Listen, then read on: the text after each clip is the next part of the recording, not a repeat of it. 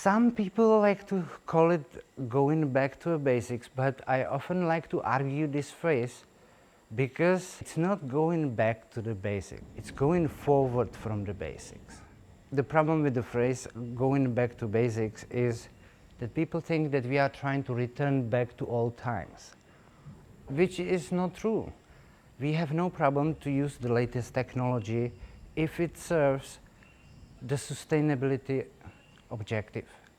I mean, we have no problem to install the latest solar system, we have no problem to make systems which are digitalized, trying to get our water to be working automatic, our irrigation.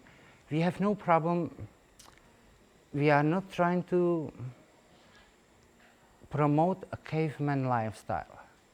We're trying to promote sustainable lifestyle which goes along with technology, but we don't want to be a slave to the technology. We're trying to have it very well balanced.